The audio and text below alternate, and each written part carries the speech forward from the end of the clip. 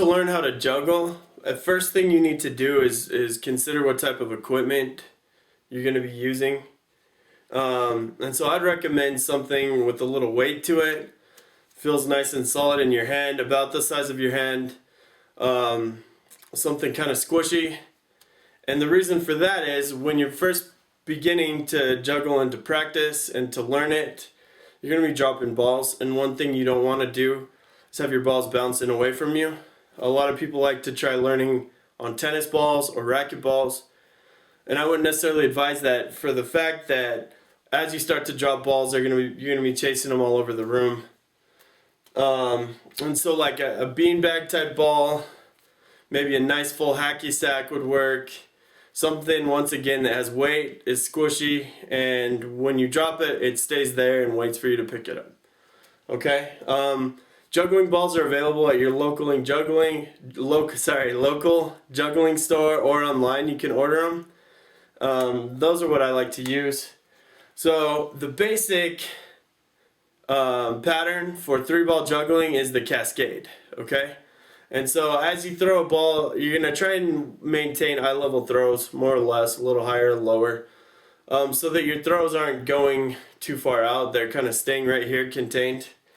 And basically you're going to start with one ball, doing eye level throws. Okay? Once you get the hang of that, you're ready to add a second ball. Now the trick to this is, when the first ball when it reaches the top of its arc and starts to fall, that's when you throw the second ball. Okay? So go ahead and start with your strong hand. When it reaches the top of its arc, that's when you throw the next ball. Okay? Just like that. And you throw it right under the incoming ball. As always, when you're learning a trick, you need to try it with your strong hand and your weak hand. So this is also for the basics. You should try it with both hands. So now do the same thing, but start with your weak hand. So eye level throws.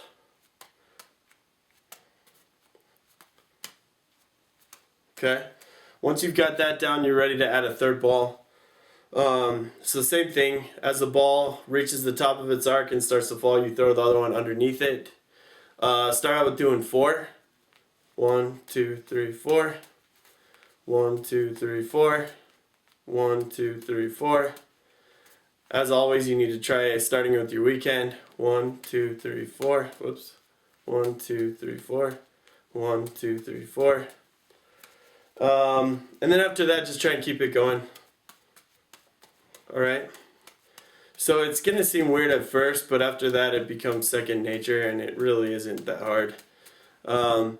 So at first you're going to be like, oh, I made it to 30, or oh, I made it to 40. Just try and go as long as you can. Oh, maybe I made it to 100. After that, then you can feel like you've mastered it. And once you're comfortable with that, you can start learning some tricks. Okay? Wow.